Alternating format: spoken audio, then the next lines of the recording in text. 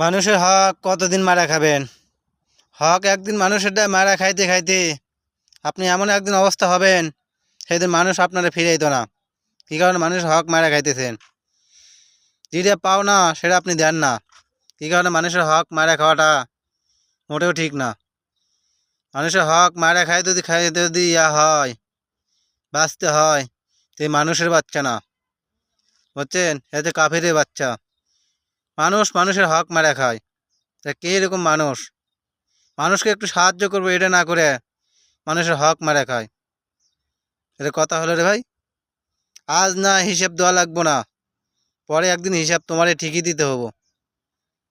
একজন ঠকাই বা একজন রে, আর আপনি দিতে থাকবেন, এটা আপনি একদিন মূল্য ঠিকই পাবেন। এই দুনিয়াতেই পাবেন, মনে রাখেন। দুনিয়াতেই আপনি সেই মূল্যটা পাবেন।